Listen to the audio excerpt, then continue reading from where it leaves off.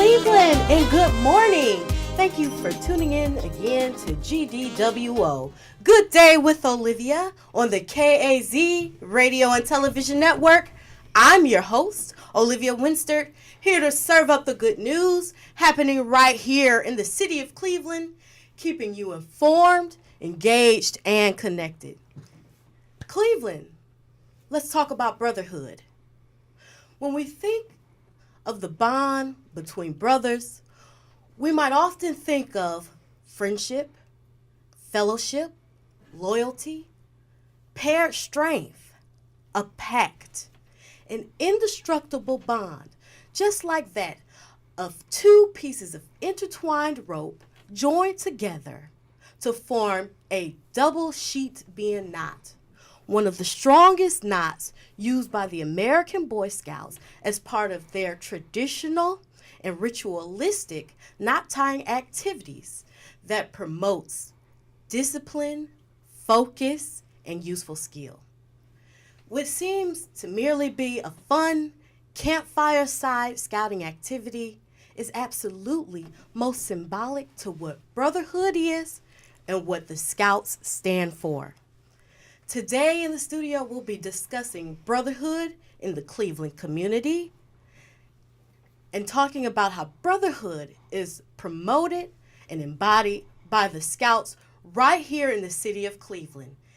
I'd like to welcome to the studio this morning Cleveland's Central District Director from the Boy Scouts of America, Dante Reynolds, and his son, fourth grader and first year Webelow, Malcolm Reynolds.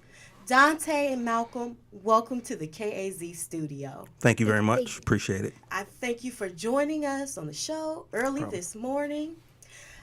Before we get right into our topic, I'd like to get to know a little bit more about you. Okay. Where are you from? Are you from Cleveland? Actually, no. I'm originally from Racine, Wisconsin. I've been here in Cleveland for almost 2 years. And I will tell you honestly, the pride that I see and I feel here in the city, I'm excited. Cleveland has been very good to me thus far, and I'm really happy to be here. What brought you to the city of Cleveland? So I've worked for the Boy Scouts now going on 22 years as a professional. And I actually spent the last 15 years in Indianapolis, Indiana. And so an opportunity to come up here to Cleveland and work specifically with the inner city schools and CMSD and to actually just try to put new life into scouting and maybe some areas that had not been addressed. That opportunity was something that I just couldn't pass up, so I jumped at it. And how long have you been here in the city? So coming up on this June, it'll be 2 years officially. Me, myself, my family, and wife and kids, we live in Cleveland Heights, and my kids go to schools in Cleveland Heights, and it's been wonderful. Malcolm, tell me about your experience transitioning here to Cleveland. What has that been like for you, coming to a new city, new school? It's been pretty exciting. The school that me and my brother and my sister go to, they're in kindergarten, I'm in fourth grade. We go to Noble Elementary School, Cleveland Heights University Heights School District, Tiger Nation.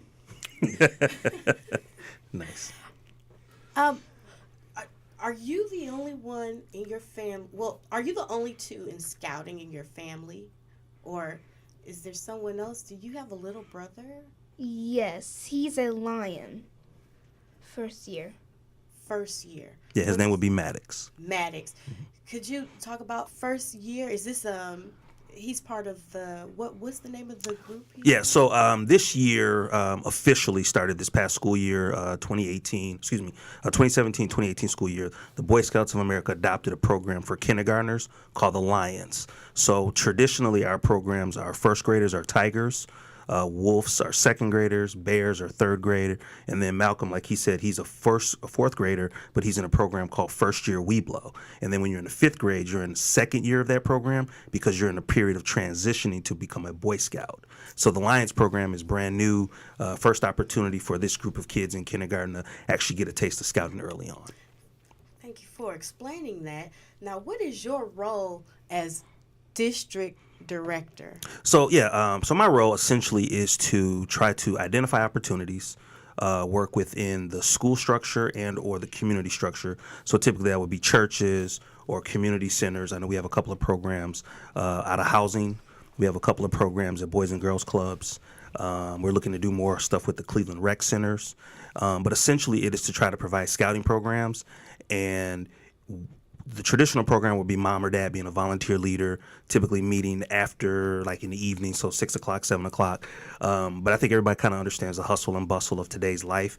It is so hard to get people to either come back for an evening program, or really for moms and dads because of work situations or family structure to typically get that involved. So one of the things that we try to do is to meet the kids where they are.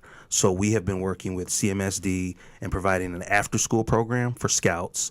And the crux of that is essentially we're doing the same program that anywhere else in the country is doing. We're just delivering it differently. So you're doing quite a bit. Well, your role requires a lot. Yes, pretty demanding from the standpoint of that I've got to identify the leadership. So in some cases we have to hire people.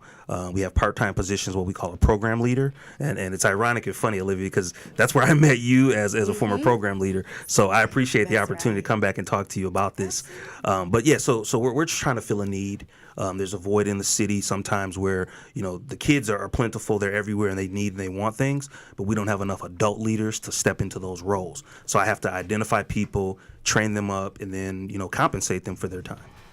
Why did you choose this role? How did this role happen upon you? Is this something you decided you wanted to do? Great question. Or how was this opportunity presented? Yeah. So kind of, if I can make a long story short, my dad was in and out of my life when I was a kid. And ironically enough, one of the times that he was in my life, I was in 4th grade and I became a scout. And so I remember meeting in the church basement with my stepmom, and we did a couple of adventures, went on trips, things like that. The challenge was I didn't know that there was more. So after that 4th grade year, I never got further involved with the Scouts. Then fast forward to my junior year at college, a guy came around and said, hey, the Boy Scouts are looking for African-American males to do internships with the Boy Scouts because there is a lack or a need for more African-American males in scouting. And so I did an internship with the Milwaukee County Council at the time, and we kind of just took off from there. And I've been doing this for 22 some odd years ever since. Wow. And so obviously the big thing for me is, not having my dad be there consistently, not knowing that there was more in Scouts. When I found out what was actually out there, I wanted other people to say, hey, man, there's more to this than, going off into the woods and learning how to tie a knot. There's so much bigger opportunities that these boys have. But part of it is you have to be involved. You have to be engaged. And you really have to have a core group of kids and or adults that want good things for these kids. So it might be a grind. It might be something that you're looking at, man, I can't go to that next meeting. Oh, that last camp out was grueling. But if you put in the time, just like in anything, you can become, successful in it. And then truthfully, these boys have, the sky's the limit as far as opportunities. And I know we're going to get into some of this later, but these boys, the things that they get to experience at such a young age, it prepares them to be successful later in life. I think that is so wonderful that you're passionate about this. Yes, I believe in this full-fledged. Let's talk about your involvement, Malcolm. I think I can guess, but you tell me, how did you get involved with the Scouts, and what has your experience been like so far? My experience in scouting is that in Indianapolis, when we still lived there, my dad got me in scouting as a Cub Scout. There were flyers. I showed them to my dad, and he said that I should get signed up. And we showed up for the first day, and we went to those meetings. And then in 4th grade, we did the exact same thing. And in 4th grade, in the first year, we were learning about knot tying. It's basically what we're working on. And we've went on a few campouts to help us deal with that. And we've also been to Klondike, where we do more knot tying. Knot tying is basically the core of what we're doing as first-year Webelos. And second-year Webelos already know some of this stuff, so they help us. But they still need a little bit of help of our Cub Master. We're gonna talk about not tying in. Dad, you add what you can, and then sure, you give us a little more background information. But there's Scout Oath and Scout Law. Mm-hmm. Can you explain the background behind what is it? how it came to be? Why is it significant? Yeah, I think in most organizations you have kind of a code or something you want to strive to live for or live by. For us, it's the Scout Oath. And I'll let Malcolm recite it here in a minute. But at the end of the day, the Scout Oath is really kind of that bottom line, this is what we're trying to be about. And then there's a companion piece, the Scout Law, which basically tells you kind of the 12 principles. And so at the end of the day, if we can stand up to or live by those things in the oath, we feel like we're doing our job. If people can, they talk about character being that thing where when people can't see you, that you're still doing the right thing. It's those words, it's those deeds, it's those actions that come out of that kind of guide you. So it's, if you will, it's kind of like our 10 Commandments or kind of our Bible, if you will. Would you recite the Scout Oath, the Scout Law for us? Okay, is there a certain order you want me to go in, or? No, however you want to present it to us. Okay. To the Scout Oath first. On my honor, I will do my best to do my duty to God and my country, to obey the Scout Law, to help other people at all times, to keep myself physically strong, mentally awake, and morally straight. That's the Scout Oath. And the Scout Law is a Scout is trustworthy, loyal, helpful, friendly, courteous, kind, obedient, cheerful, thrifty, brave, clean, and reverent. Wow. Good job, Michelle. Great job. Thank you. You're welcome. These words,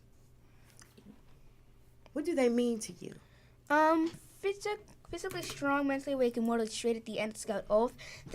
Morally straight basically means that you should always have your, there's usually this that you do on campouts where you have the buddy program. That's basically what reminds me of morally straight, because you have your friends back and they have yours.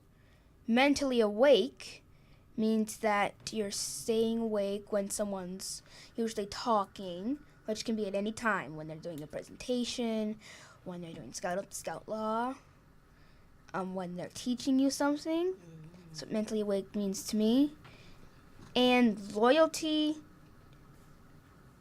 and trustworthiness, that means to me that you should always be loyal to your Cub Masters, your Scout Masters, and you should always be trustworthy to all of them. That means you trust them if your parents have to go do something. You trust them with your friends and your friends' parents. And if I could add, you trust them to be your leaders, or to have that loyalty. Loyalty is a significant part of friendship and relationships that we build with people who are important to us in our community. Dad, would you like to add on that? Yeah, I think that's huge, because at the end of the day, our society, I think, is becoming a little bit jaded. To the one hand, of there's not the traditional long-lasting relationships that you would have. I think a lot of things kind of come and go, and to be loyal to a situation or an organization, something that's good and positive, is important. And I think we need to maybe rebuild that within what we got going on, because things that are here today sometimes are gone tomorrow. And I know when you talk to people about, oh man, some of my favorite memories were, those things don't exist anymore. So we have to be loyal to opportunities to create those traditions and have something to look back on. Let's talk about the history of BSA. Okay. So you guys, this message was defined in the oath and in the law. The Boy Scouts have been around for a long time. How many years? Yes. We were in 1910, so was that make us 108 years old? How do you maintain that same mission for 100 years, plus years? Yeah. No, it's phenomenal on the one hand, because that's something we want to have as a point of pride. That we've been around for over 100 years. I know we had our 100th anniversary in 2010. We celebrated like crazy. And we wanted people to know that, hey, we're still here, we're relevant, we're doing great and phenomenal works. Kids are getting outstanding opportunities for leadership. At the same time, our country is changing. The world, our society, the internet has made everybody closer together. It's a lot smaller. And so some of those tried and true long-term things sometimes go away. We were just having a conversation at the office the other day that Toys R Us is going out of business. And our boss literally said, that could be us if we don't change. if we don't adapt to the culture, if we don't understand what parents of today need and want. And part of that adoption or changing is making our programs more relevant to families. So for 100 plus years, it was focused on training, teaching, giving boys opportunities to learn to become leaders. Something we'll dive into a little bit later is that we're actually expanding, and we're going to start now offering girls the opportunity to do Cub Scouts, to do Boy Scouts. That is one of those things that you have to be willing to adapt to. And this is no disrespect to the Girl Scouts, but every school that I've ever been in my 22 years working with the Boy Scouts, I go in there with the intention of talking to the boys, get them excited. I will no doubt have 5 to 10 little girls. What about me? What about me? And I'm like, I'm so sorry, sweetheart. I apologize. Right now I can't do anything. But ladies, your time is coming. All right. June 1, the door is All wide right. open. We'll talk about what more into the conversation. We'll get a chance to talk more about that. I'm Okay. excited about Same that. here, same here. Very curious. What are the services that are provided to the young men in the Scouts, and what are they doing in the community? Right on. So at the end of the day, what we're supposed to be doing is getting boys an opportunity to work with adults that are going to be positive, that are going to be able to help shape and give them opportunities to fail and to make mistakes and to listen and to learn. And it's just like the analogy I use is just like with practice. When you're practicing, you're going to fall, you're going to fumble, you're going to make mistakes, but that's what you're supposed to do. Because then when you get out there on the field, when the lights come on, that's when you need to be crisp. That's when you need to be able to catch the ball and move it or pass it or make that shot. So what we're doing in the church basement or what we're doing in the after-school setting in the gymnasium or the arts and craft room is practice. These boys are getting chances to, say the scout oath. Oh, I don't know it that well, but just practice it. Over time, it becomes ingrained. Over time, these are things that then it becomes part of who they are. Mm-hmm. Then it becomes a lifestyle. Once it becomes a lifestyle, then we move forward with, now we got another positive person that can be a good, positive, independent adult that can then help turn this thing around. So the more kids get opportunity to practice and be involved in Scouts, and that's, on a camp out. That's like Malcolm was talking about, they do a Klondike Derby, which is basically a competition where the boys are going to basically make a sled. So typically it's something you do in the winter, and then you have to take your sled from station to station. Maybe it's a knot tying station, maybe it's something to do with knife skills. It's all of these different opportunities that we work on that then the boys get to practice, and then when lights come on, now it's game time. Let's talk about knot tying. Okay. Why is it so significant in scouting, and how is it relevant? All this information that we just talked about, Sure. How is it relevant to that information, the scout mission, and how does it tie in to Brotherhood? Okay. No, great question. So what I understand, and I'm by no way the expert on knot tying, and I told you earlier, I said, when I first got into it, I was like, why are they tying knots? I don't understand this. But what I've been told and what I've seen is that knot tying is a long, time-tested part of scouting. It actually helped the young men, back in the 30s and the 40s as they were going into the military and going into the war, that they had a skill that when they came in, they could actually help be a leader now because they know something. So this actually put them in the forefront of being able to attract other kids to kind of do things. But knot tying, at the end of the day, promotes discipline, it focuses kids, and it gives them a useful skill that they can use immediately. So when a kid comes in, and Malcolm had talked about, in your intro, you talked about the sheep bend and the two half Double hit. sheep bend. Yeah, there's so many different variations of knots. And I joked, I said, well, as long as I can tie my shoes, I'm good. But that's not enough. There literally is other knots that you can use. One of the guys had told me once on a camp out, you want to use a certain knot because you can slide that knot and it will help you with your tent. Or you want to use a different type of knot if you want to hang something in a tree, like a trash can, or a trash bag, to keep the raccoons away. There's different variations of the knots that all serve a different purpose. And so at the end of the day, when the boys know those things, it makes them more useful. It gives them another skill. It actually sets them apart. Why are having these skills so important in their upbringing and becoming a man? Mm-hmm.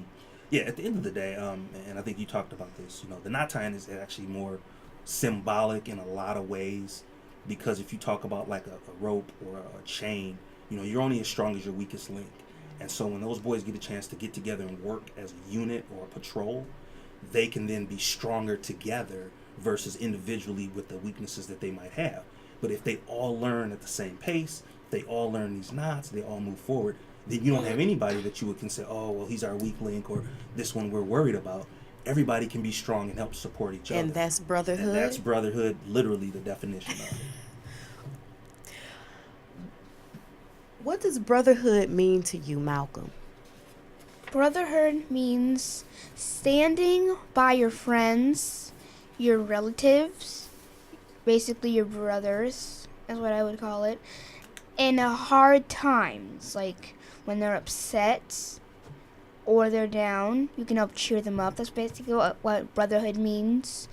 And also, brotherhood would mean to me as like one step of friendship, because loyalty is one. Brotherhood will probably be the next step in friendship, because brotherhood is a very long line of very long line of males in Black History Month usually, and they've stood by each other through the hard times, the good times, and that's what brotherhood means to me.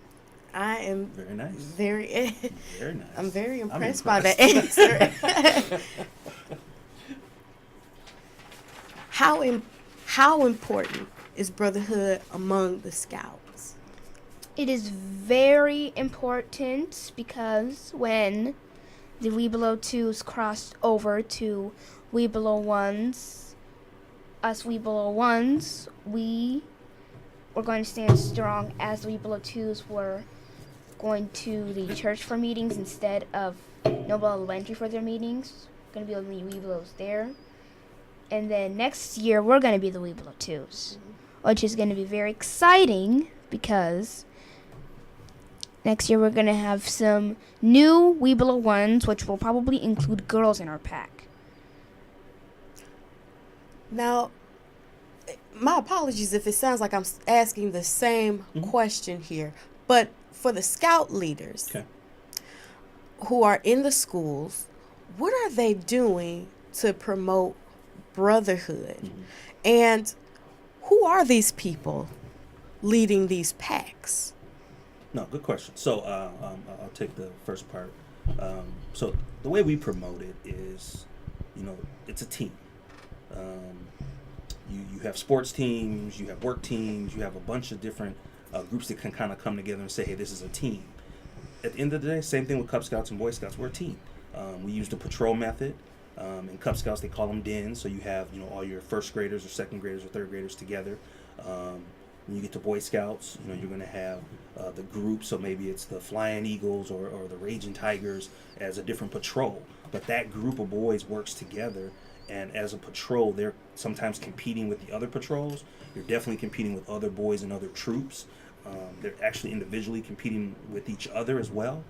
But the brotherhood is, if I can learn and be a strong member of the team, when it's time for the team to come together and we're all needed, that bond, that unit that we have, we're all going to be better off for it.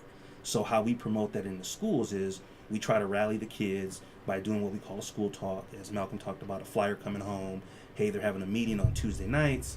We're looking for, the first 50 boys and girls at this, juncture to be involved. And then that group becomes a unit. And so that Cub Pack or that Boy Scout troop that's going to be formed, they will work together, typically on a curriculum that's laid out for them. So over the course of 30 some odd weeks of the school year, they're learning and building upon all the different pieces to help make their experiences better. Are those leaders, are they teachers, just community members, just willing to volunteer their time? Yeah, no, great question. So we've actually kind of changed our approach. I think I mentioned earlier, traditionally it would be a mom or a dad as the volunteer leader. But within an after-school structure, mom or dad might have to be at work or might not be able to get to the school in time. So we have actually, this past school year, started employing teachers. So shout out to CMSD and all the teachers that have come aboard to help us. We truly appreciate you all. But at the end of the day, we are looking for those positive adults. We're looking for those people that want to be involved. The teachers actually have relationships and they know these kids. They know the families. So it was a natural tie that we would maybe employ them to be the leaders in some cases. In other cases, I've got other boys and girls clubs, community members. So it's individuals that can pass a criminal history background check, individuals that have been good upstanding citizens. Sometimes we get them recommended by the principal. Other times they just say, hey, I was a scout as a kid, or my kids asked me to do it and I want to do it. So we're looking for those people to be in leadership, to help out, and then we'll train them. We'll show them what to do. We'll give them the materials, and then let them have an opportunity to work with their kids on a weekly basis. Can you elaborate on what happens when you allow positive relationships to develop among young men? What happens when positive relationships are encouraged?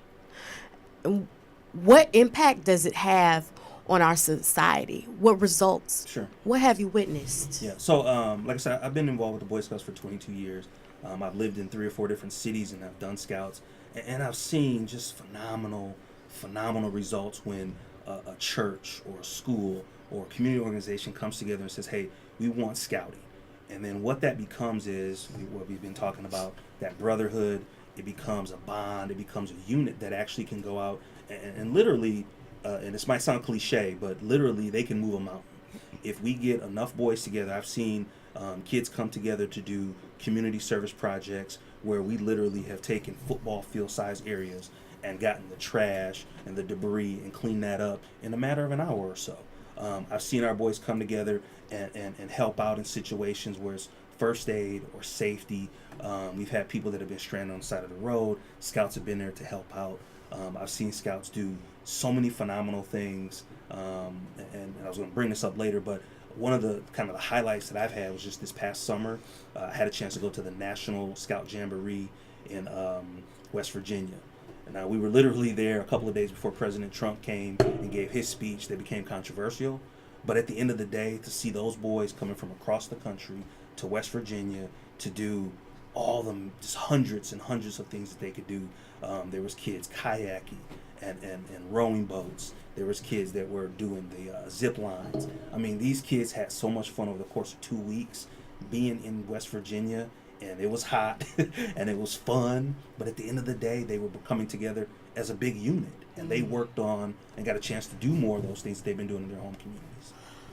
Now, there are a lot of events coming up, and I really want you to talk about how you're getting the girls involved. Okay, sure. And we could briefly go over that and any events that are coming up so we can make the people aware out there. What's happening? Yeah. So right now, Boy Scouts are allowing girls starting at the kindergarten age to join the Cub Scout programs June 1st. And then girls are going to be joining Boy Scout troops, if I'm not mistaken, officially, I think January 1. And at the end of the day, we're basically trying to open up the program to the younger girls because we've always had co-ed programs of venturing, exploring as a co-ed program. Typically, we just have not catered to the younger girls, and now we're going to do that. So we want to open that opportunity. They can be in Cub Scouts working directly with the other boys. So I've got a twin boy and girl. They now can be in the same Cub pack. Where can people get information on upcoming events, or if you could name one that's coming up in the next month or so? Okay. So our big thing coming up now is our adventure camp. We are looking at this summer doing a free adventure camp. These are week-long camps. The free ones are going to be at Humphrey Park, at Outhwaite Rec Center, at Michael Zone Rec Center, and then we're going to have a couple of days at our Scout office. These are going to be the week of May 29th, the week of June 4th, the week of June 11th, and then the July 2nd and 3rd. These are free week-long camps that the Boy Scouts are putting on for the community. We want kids to come out. We're going to have a staff. The theme is going to be Harry Potter. We want the kids to kind of have some fun with that, do all the fun things that go along with the Hogwarts and the university and all that good stuff. And if they come out and get a chance to just do those things, they're going to see what Scouts is really about before school starts in the fall. Well, let the people know how they can reach out to you. Phone number, email address, what do you have? So direct contact number to the Boy Scout office is 216-861-6060. Our website is lecbsa.org. Any of those avenues will get you there. We're on social media, Facebook, Twitter, all those different things. If you have a question, look us up. Boy Scouts of America, Lake Erie Council. We are interested and wanting to be involved in the community, and we're looking for partnerships in different veins and different ways to make this thing better. All right, and briefly, I just want to close out with your message to the seasoned males out in the community who are leading these young men, what is your message to them? To what can you say to them to encourage the youth? Okay. At the end of the day, we need you. Everybody that can hear my voice, if you're able-bodied or sound mind and care, we need you. There's a crisis going on in these streets right now. Kids are literally dying every day because they don't have positive role models or places to go that nurture them. We need you. We need everyone in the community to pitch in to help out. Grab a friend, grab a neighbor, grab a relative, somebody. Men, it is critical that we help out these young men so that they can have an opportunity to live life and become older. Well, that's our show today. Thank you for tuning in to Good Day with Olivia. Thank you, Dante and Malcolm. I'll see you next week, Cleveland. Thank you. You're welcome.